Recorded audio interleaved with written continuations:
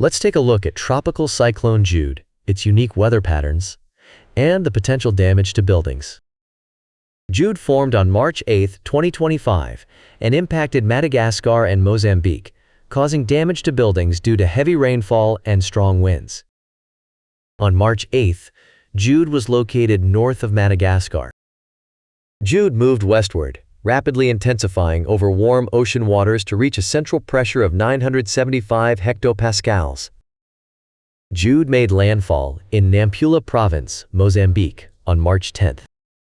After making landfall, Jude weakened as it passed through Zambezia.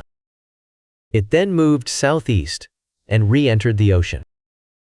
Afterward, it slightly intensified while passing near the southern tip of Madagascar. As of March 16, Jude is located about 900 kilometers east of Madagascar.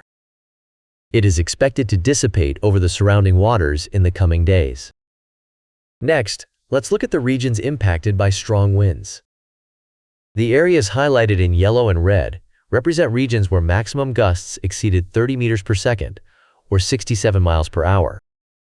According to historical data, wind speeds above this threshold can cause damage to buildings.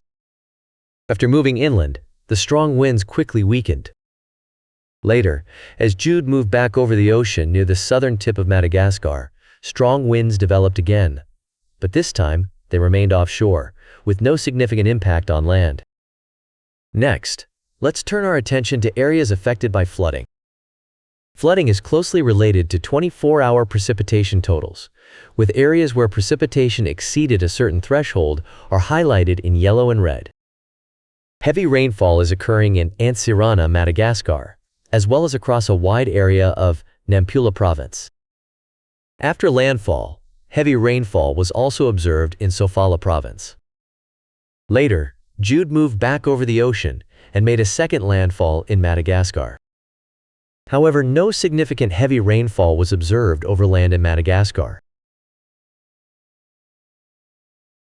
Before diving into damage predictions, here's a look at the building distribution in the affected areas. The flashing regions indicate areas with a high density of buildings. This analysis uses a global building database with a resolution of 250 meters. Mozambique has approximately 9 million buildings, while Madagascar has around 5.7 million buildings. Zooming in, the distribution of buildings by province is shown. In Mozambique, Nampula province has about 170,000 buildings, while Zambezia province has around 1.6 million. In Madagascar, Antsiranana province has about 490,000 buildings, while Mahajanga province has around 910,000. By combining building data with meteorological information and a prediction model, we estimate the number of buildings impacted by strong winds and flooding. The map shows the estimated number of damaged buildings.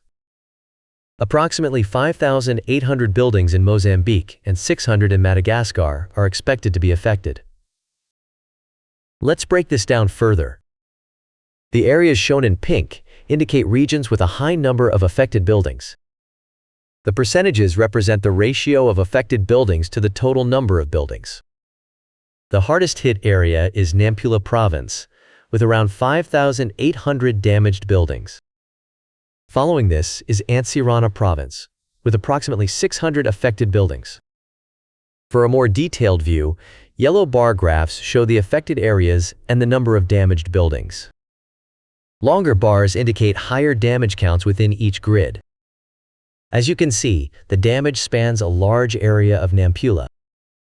Severe damage occurred around Lumbo and Manapo in Nampula and the areas surrounding the landfall region. These areas experience strong winds and heavy rainfall simultaneously. In Antsiranana, buildings along the rivers are expected to be affected. There are no strong winds, and the damage is anticipated to result from flooding caused by heavy rainfall. Thank you for watching.